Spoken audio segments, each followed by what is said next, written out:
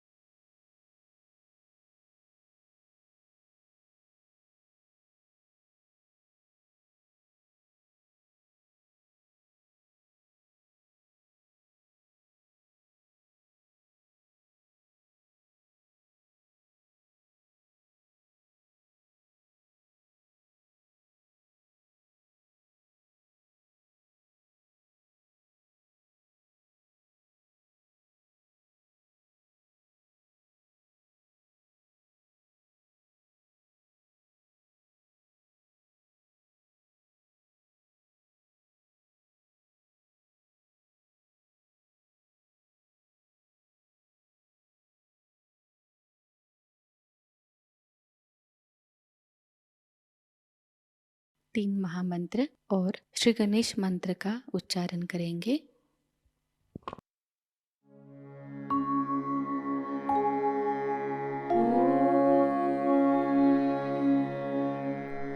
त्वमेव साक्षात् श्री महालक्ष्मी महासरस्वती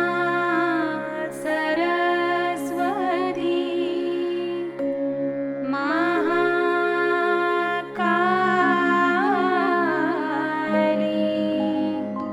त्रिगुणात्मिका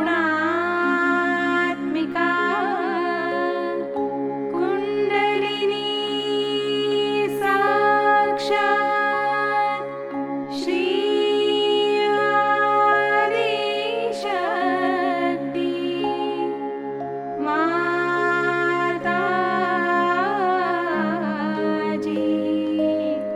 श्री निर्मला देवी नमो नमः।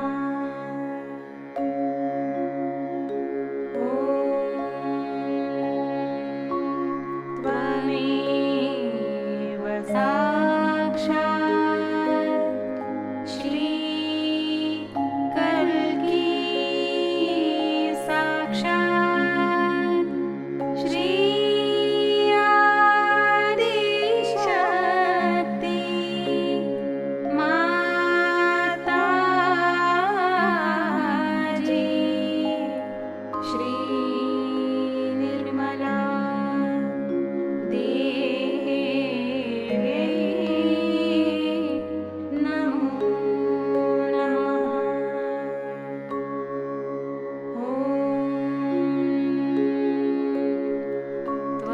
त्वमेव साक्षात् श्री कल्की साक्षात् श्री सहस्रार स्वामिनी मोक्षप्रदायिनी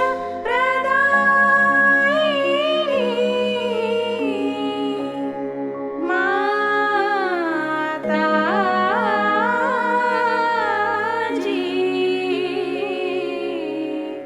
श्री निर्मला देवी नमो नमः।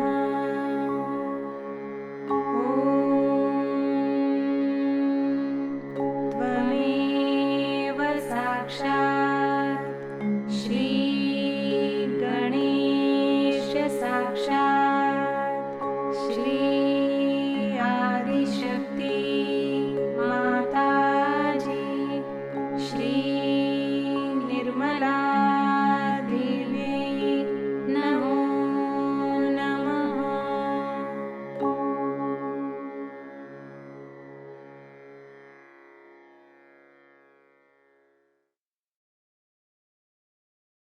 लक्ष्य केंद्रित करेंगे हमारे सहस्त्रार पर। श्री माताजी, कृपावंत होकर हमें निर्विचार अवस्था प्रदान कीजिए।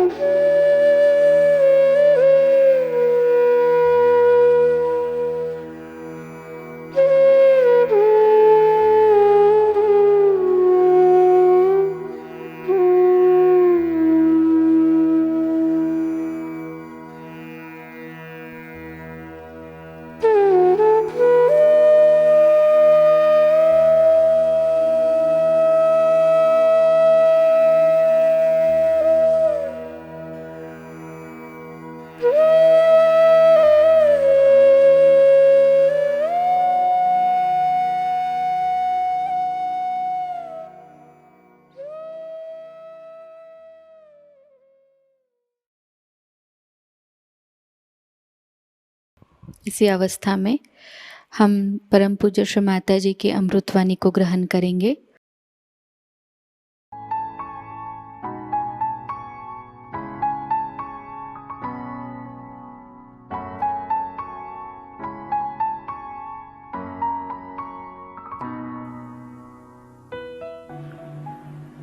Today we are here to celebrate Mahashivaratri.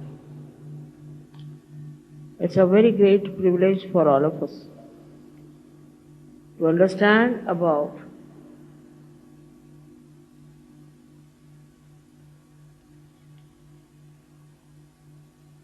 Shri Mahadeva.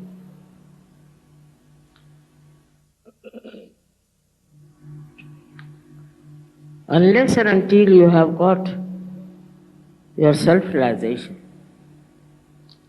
you cannot understand what is the great personality, the character, and the powers of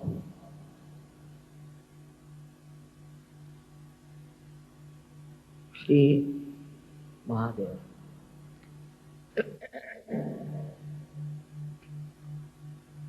It's not easy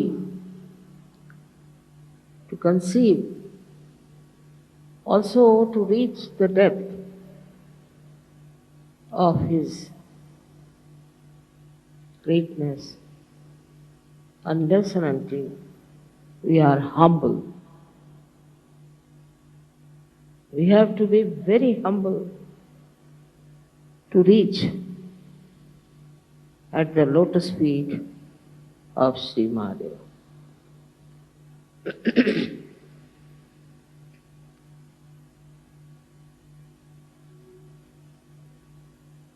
As you have seen that one has to cross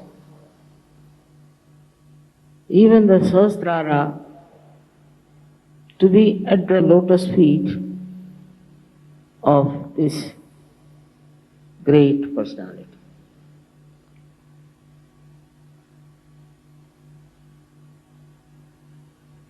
He is beyond our conception, but he resides in our hearts as the Spirit and is reflected very well when you get your realization.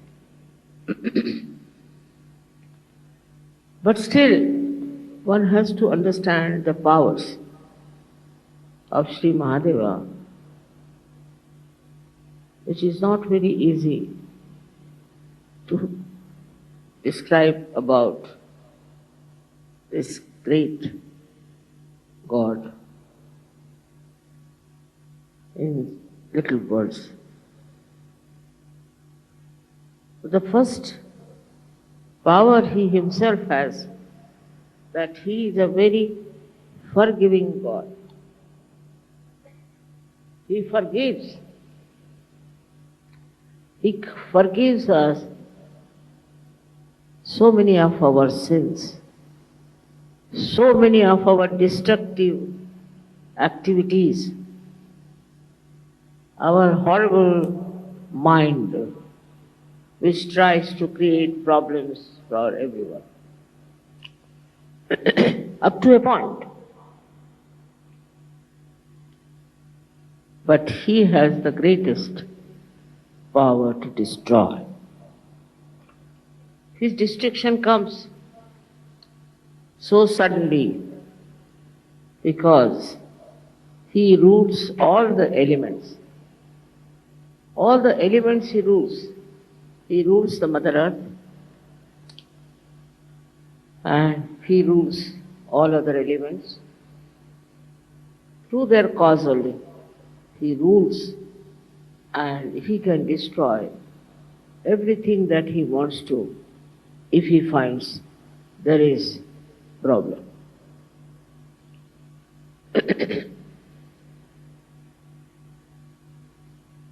I have to tell you that earthquakes are managed by him, not by me.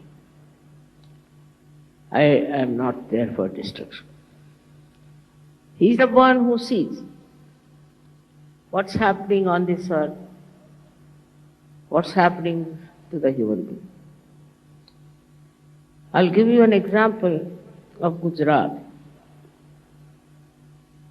Apart from anything, Gujarat people are very money oriented. They are worried with the stock exchange, this, that, all the time, money, money, money, money, money. Even if they are abroad, they are extremely money oriented.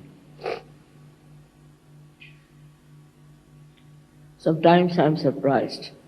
It's impossible to talk to them about Sahajayoga. And they like artificial type of things like some gurus or somebody. I don't know from where did they get this. Whatever it is. We have a state called Bhavnagar in Gujarat.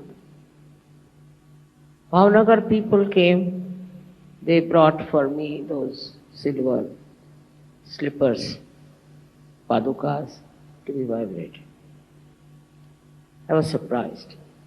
I was happy at least that these people are thinking about it.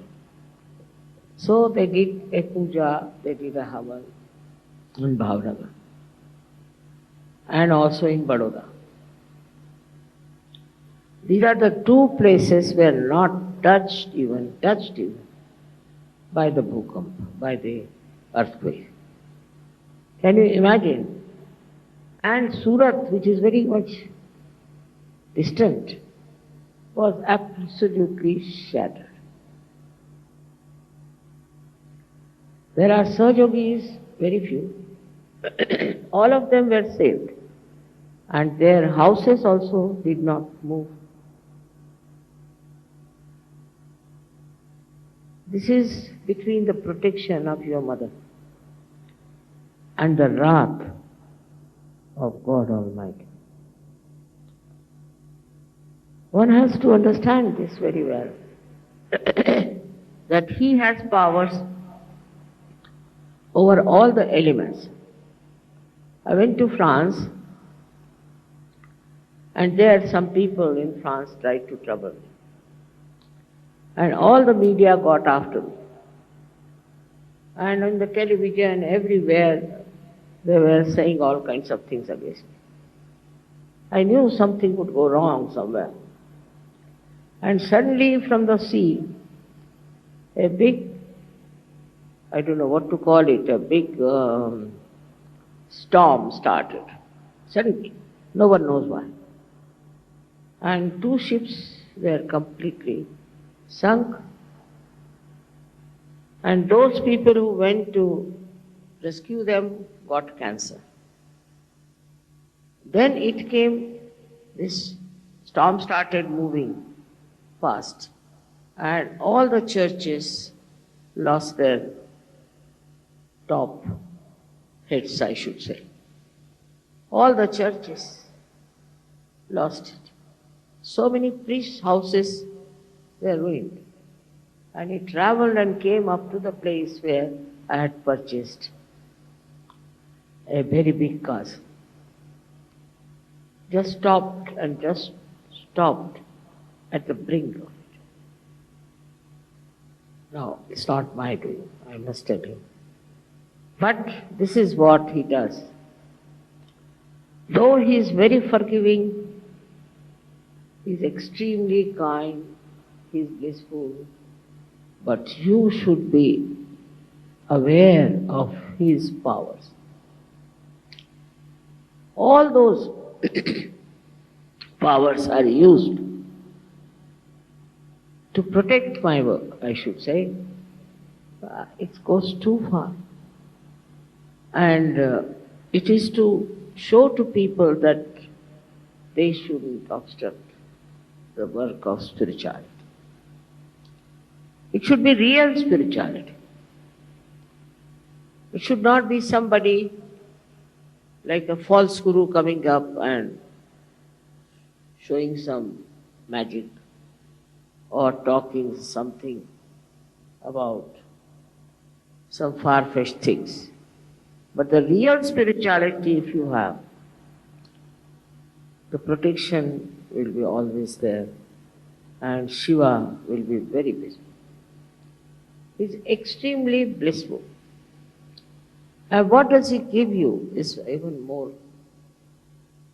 beautiful than you could think of. He is extremely forgiving. I should say he is the source of forgiveness. If you have forgiveness in your heart, he resides in your heart. Otherwise, gradually you start developing very difficult type of diseases. Say, if you are forgiving, your heart runs very fast. No one can touch your heart. you cannot get heart attacks. But if you are tolerating, suffering, and taking many things as a power of your own, doing wrong things and forgetting about God, then you also start developing a very weak heart. So one side is that you develop a heart which is extremely aggressive and can become like Hitler's heart. Under any kind of pretensions, if you start torturing someone, your heart becomes solid, and then you can get a tremendous, massive heart attack and all the troubles follow. This is inevitable. But supposing you are extremely tolerant and you tolerate all nonsense, you are very docile, you are a frightened person. If you are frightened and because of fright you do that, you can develop another kind of a heart we call as angina, where the blood supply is less and ultimately you develop a kind of a guilt and you lead a very mediocre life. So this second thing also is very visible among people who think they are very, very tolerant. I am saying that tolerance is all right because of spirituality, but not because you are frightened and you are afraid of something. If you are a Sahajayogi, you have no business to be afraid of anything. In India, people are afraid of everything. If they see a squirrel, they'll be frightened.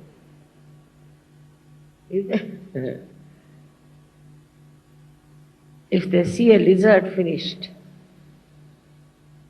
I mean, they are afraid of anything. And the ladies of India are so afraid of even cockroaches.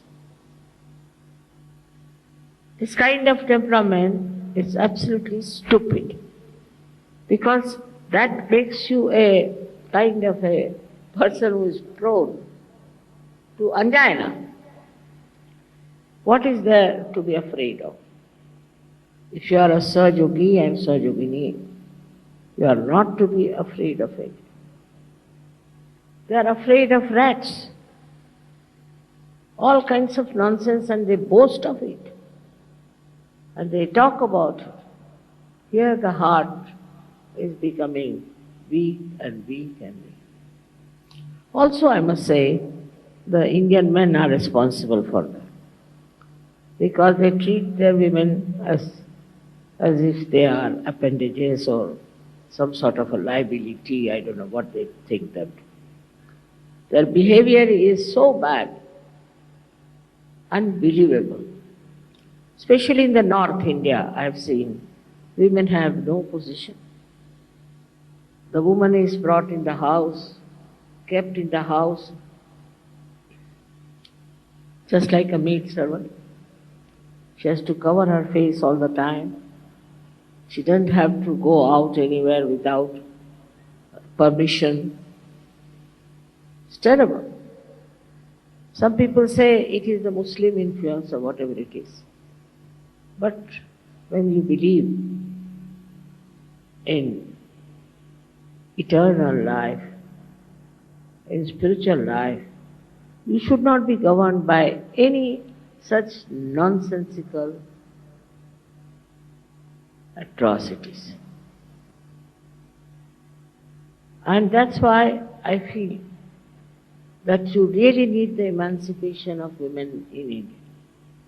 They are very good, they are very tolerant, they are very sweet, But they develop all the bad diseases, all the mental diseases, because they don't know their own value. They don't know their own self-respect. And on this I have already spoken at length. Why should men behave like that? Thus, I think in our country we have at least 70% are women. And the 70% people's energy is wasted in the North India. I don't know what they think of themselves. And then they are punished. All such countries can never prosper, because women are the Lakshmis. But they have to be Lakshmis also. They have to behave like Lakshmis. But some of them come up like this that you are shocked. How can they be women? They look like devils. So it's such an imbalance in the society, which is punished again by Shri Mahadeva. He is very kind, and he looks after the people who are suffering. And he tries to punish people who make them suffer. It is his quality to help by destroying people who are aggressive. He doesn't talk of in Kundalini. He doesn't talk of self-realization. He just punishes them nicely in such a bad way that is shocking. And he relieves sometimes people like, I've seen many women who live like this, suffer so much. They die much earlier than their age. All this one has to see in the right perspective. He's there to protect, of course, but more to destroy.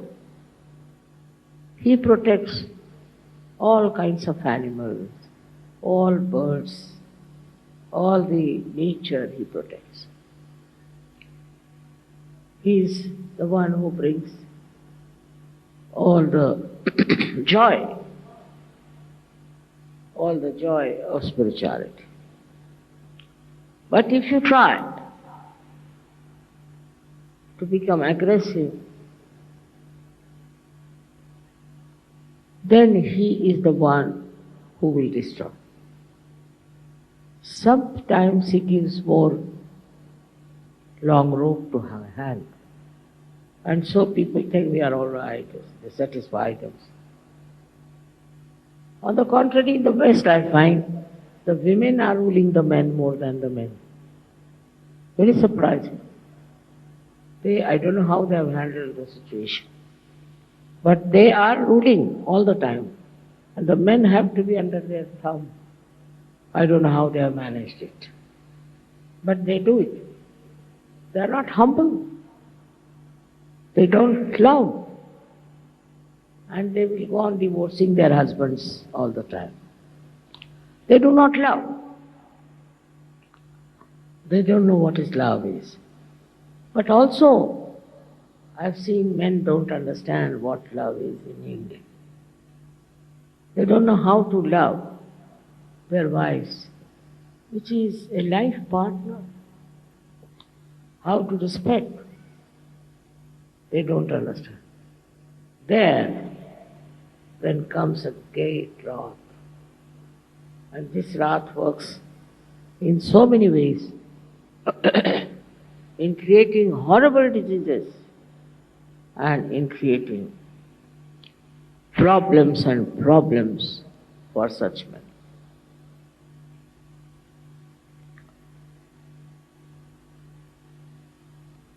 And the society also is responsible for doing all kinds of things against humble people. Both ways, one has to understand that if you are aggressive, you are under the third eye of Shri Mahadeva. In any way. If you are aggressive, say with your servants. If you are aggressive with your subordinates. If you are aggressive with your children. There is this wrathful God watching, and one can get under the spell of his destruction. But he gives us the great heights of Himalaya. He makes human beings extremely beautiful, very noble. And he wants that people should love each other. There should be pure love among human beings. And also, he makes you very delicately behaving towards other people, very sweetly behaving towards others.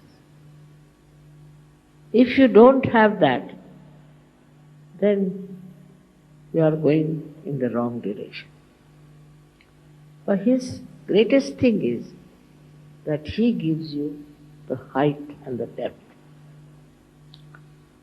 If you are worshipping him, then you develop such heights that you see the whole world as a witness. He sees the whole world as a Sakshi Swarupa, as a witness. And so, he is the knowledge. He is the pure knowledge. You may get your realization, all right? You might feel cool breeze in your hands, all right? But, do you have the knowledge? I have to tell you. What finger means what hand means what is vibrations, I have to tell you. Is that knowledge? Is the pure knowledge, complete knowledge of the highest level. So he is the source of knowledge. Those people who are not humble cannot get that knowledge. Those people who are arrogant and who do not handle others delicately, sweetly, beautifully, are not blessed by. They cannot achieve anything in life. What do we have to achieve? Not your position, not your wealth, not all these outward things, but you have to achieve a loving heart with which you can love. If there is Shiva in your heart, you will love everyone in a very beautiful manner. There won't be any nonsensical ideas about love. Just pure love for all the people is the blessing. Then all your harshness goes away. For example, if you have a little power,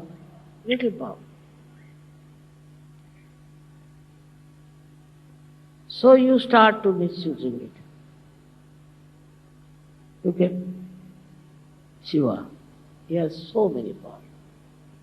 If he starts misusing, there won't be even a blade of grass left on this earth. How much we are sinful, selfish, you know that.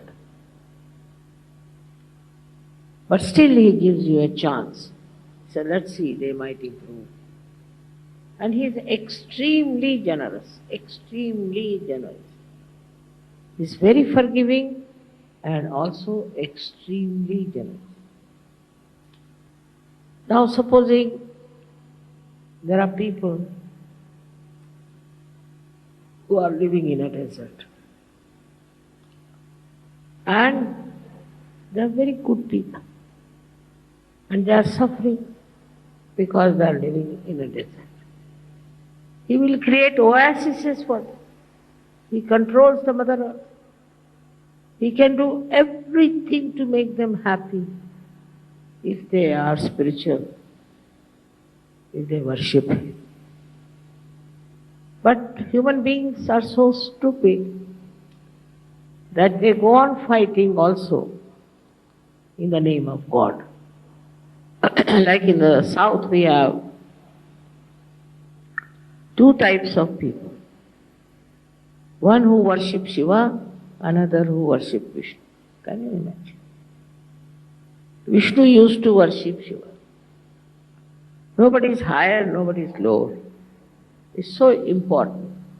Everything is so important. But they used to fight on this point. If they are worshipping Shiva or they are worshipping Vishnu, and nowhere near the reality they were. They did not what was the reality. Nothing. Just fighting, fighting, fighting. In the name of God, those who fight, Shiva comes on them and his trident hits them. You are not to fight in the name of God, but you have to love and understand. So this fighting in the name of God is a nonsense. Not only that, but it's very, very dangerous. All such people who will do that will be destroyed. It is self-destructive.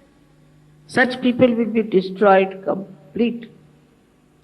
So, you should understand that in the name of God you have to love. You have to understand. You need not tolerate nonsense, it's different. But you have to love people, spread your love. Gradually this love can go all over the world. And then the vision of mine I can see working out. But if there's fighting, there's hatred, there's all kind of aggressiveness, these are all against Shiva, and such people will be destroyed. What will I do with them? What can I do if they are destroyed? If they are very money-oriented, materialistic people, they are not loving them. They love you only for money. All such people will be destroyed. No doubt.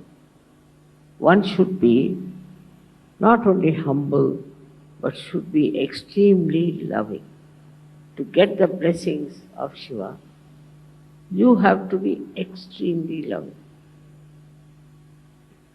Such people may not be very cunning, clever, may be very innocent. Must be. Because when you love somebody, you want to help that person. I have suffered myself. I have tried to help people and they have deceived me. So what? That's their nature. And they are destroyed. What can I do? I didn't ask them that you deceive me, but they deceived me. I don't know why. And I have been very kind and nice, still they deceive me. So, then the destruction follows. What can I do about it? I don't want anybody to be destroyed. I love this creation of mine, and I don't have any way of protection them if they are destructive. Because there's another great power who can destroy them. This is absolutely, my mind is a helpless condition sometimes I feel. And I don't know how to express. But one has to understand as yogis that with Shiva's love and His blessings, you can become extremely loving, extremely generous, very, very sweet and innocent like children. You have to be innocent. There's no need to be very clever and cunning. And you'll be amazed how your innocence will be protected. If you are innocent, you don't have to worry. There's a power, there's the third eye of Shiva, who's looking after you. Wherever you are going, He is with you. That doesn't mean that you become stupid. Doesn't mean that you are not practical. All that is taken over, all the practical side, by the power of Shiva. His guidance, His love, His guidance, you can see at every step. But first of all, watch your steps. Are you aggressive? Are you troublesome? Do you say harsh things to others? Or are you humble? Are you gentle? And if you are kind, He is very much pleased with you. In the nature, it is His rule that works. And they are so systematic. They live with understanding of each other. For example, if you go in the jungle and it is absolutely quiet, don't hear even the birds twittering, then you should know there's a tiger sitting somewhere. Because he's the king. They know they have to obey, and when the king is there, his protocol is there. They know automatically what is the protocol of the king. Nobody would be even moving if he's there. He sits in his majesty. Then in 1 week or maybe by 15 days, he'll kill one animal. He has to eat. Kills one animal, then he and his family, they eat first. He waits for some time, of course, for the blood to ooze out. Then the whole family comes and eats. Then he leaves the body there. Then by gradation, one by one, all kinds of animals come and eat it as a prasad. And the last are the crows who come and eat that animal. Such discipline, such understanding of the protocol. I'm amazed how animals are managed by Shiva. We never hear that animals are having a strike or animals are having a big underworld animals. You don't hear that these animals are stealing things. But you just imagine, we are coming from that animal life, but we are worse than them. How are we going to rise if we have all such funny ideas of behaving in such a manner, of fighting? On any small little excuse they'll fight, they start fighting. Animals also fight a little bit among themselves, but not in a collective way. They don't do it in a collective way as we do it here, and we do not. It's really, at the slightest provocation, we get into groups and start fighting. They get into groups, but they don't fight. What is the thing among them? Everything is so much understood by animals. Why not for us also to understand the law of nature? It is Mahadeva who manages that all the nature's law are to be obeyed. Even the Mother Earth, the sky, everything is looked after by him. He does nice, beautiful things for us. With the changing of the seasons, he creates these beautiful flowers, he creates. All that is soothing, joy-giving and beautiful, he looks out. He gives us to see what nature has given us and tries to please us, keep us happy, entertain like an innocent child. But while we are in our arrogance, we have our reactions to everything. You see a carpet, you say, I don't like it. Especially in the West, it is a common thing to say, I don't like it. Who are you not to like something or to dislike something? What do you think of yourself? It's very common. And shamelessly they will say, I don't like it, I like it. It's impossible. Such human beings, I don't know where will they go. What will happen to them? Instead of appreciating, instead of enjoying everything. Why to start criticizing and reacting? Reaction is much more in the West, I must say, not so much in India. But there are certain cultural difference, I think, that's why people say like that. Here, if somebody says like that, people will think that person is mad or something wrong with him, the way he talks. So it's important how you express your love, how you talk about your love. Start it with your wife to begin with, and then you can move towards your children and others. We are so stupid sometimes that we love the whole world but we can't love our wives. It's a speciality. In India that's very true. But also in the West I've seen people love their wives because of fear. Fear of divorce maybe, I don't know. Love should have no fear. It should have just free love. Without any fear, without any aggression. Enjoy that pure love. And that is what is missing in the human beings today as it is. When the day will come when human beings will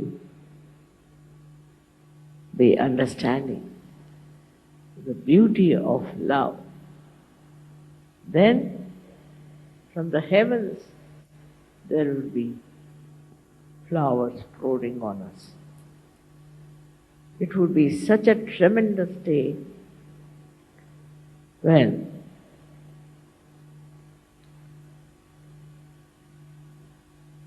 Mahadeva will be able to close his third eye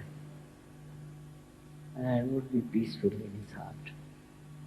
It's my vision. It's the future for you to see how peacefully you can talk to me, how sweetly you can love others, how much you can give to others. For example, they have to give something,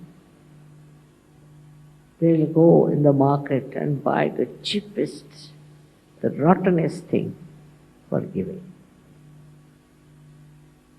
That's not the way.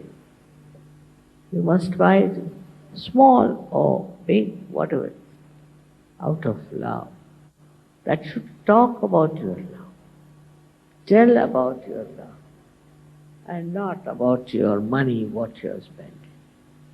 It's very common nowadays, even in India, that people try to show how much they are worth, what they wear, how they dress up. For what? For what? I've known such people, very many. When they die, there are not even 4 people available to carry their dead body. When they leave, they think no one of themselves. That time, you should see how many people there are to love that person, to care for that person. Maybe it is his upbringing, maybe that he had never known love. Anything you may blame. But for a Sahajayogi, it is important to learn that love is your life. Love is spirituality. And love without expectations to do something. Some people are, I know, very good at helping poor people, this, that. But behind that is the power that they do. They think, oh, we are great, we are doing this work, that work, just to satisfy their power, not their love. So when you are working, you have to know that it's just to satisfy your spirit, just to satisfy your love, that you are doing, not for any name or for any kind of a position. If you have that kind of detached love, virakta is the word, then nobody has to certify you. You have it and you are enjoying it. It is unfortunate I have to speak in English language. Maybe there are some who do not understand English. But nowadays the English have become dominating. What to do? You have to speak only in English language and can't use any other language. But one has to speak a language. See animals.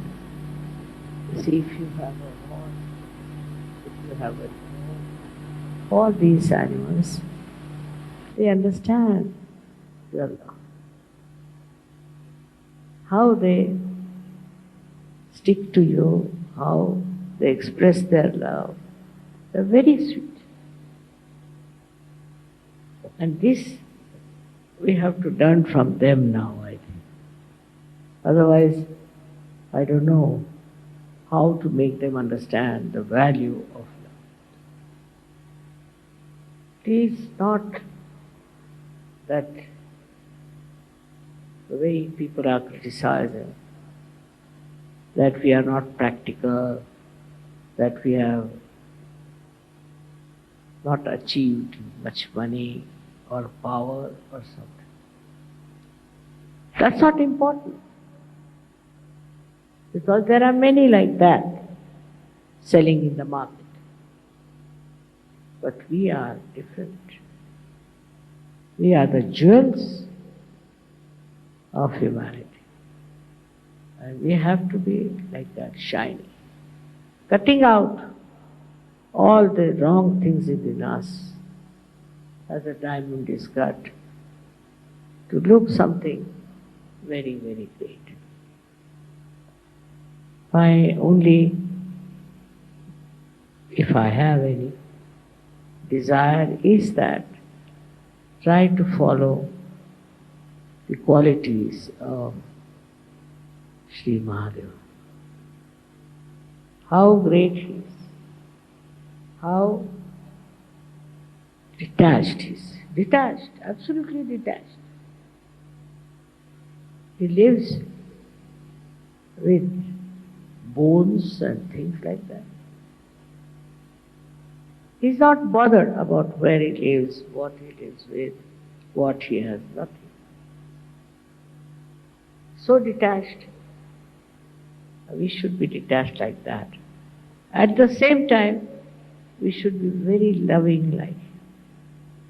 Extremely loving.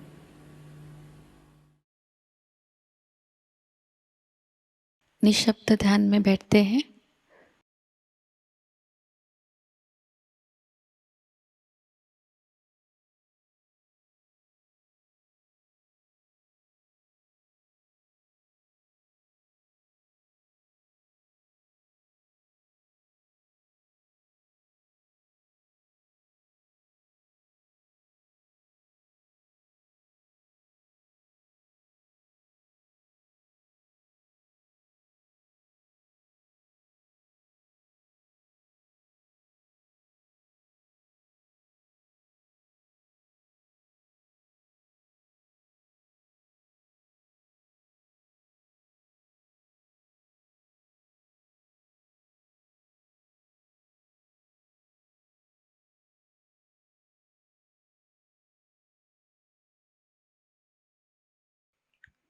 परम पूज्य श्री माताजी, आपकी परम कृपा में हम सब एक प्रतिभाशाली व्यक्तिमत्व बन जाए। श्री माताजी, आपकी परम कृपा में हम सब आपके श्री विराट स्वरूप के अंग प्रत्यंग बन जाए। अपनी ध्यान धारणा और सामूहिक कार्य की तपश्चर्या से हम श्री आदिशक्ति के एक प्रभावी और प्रभावशाली माध्यम बन जाएं।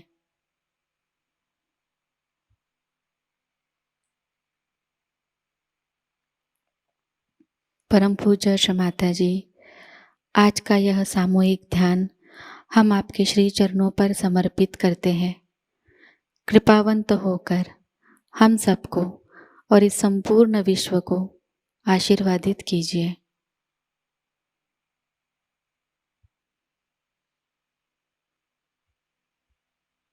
श्री माँ को प्रणाम करेंगे और सामूहिकता में कुंडलिनी चढ़ाकर बंधन लेंगे।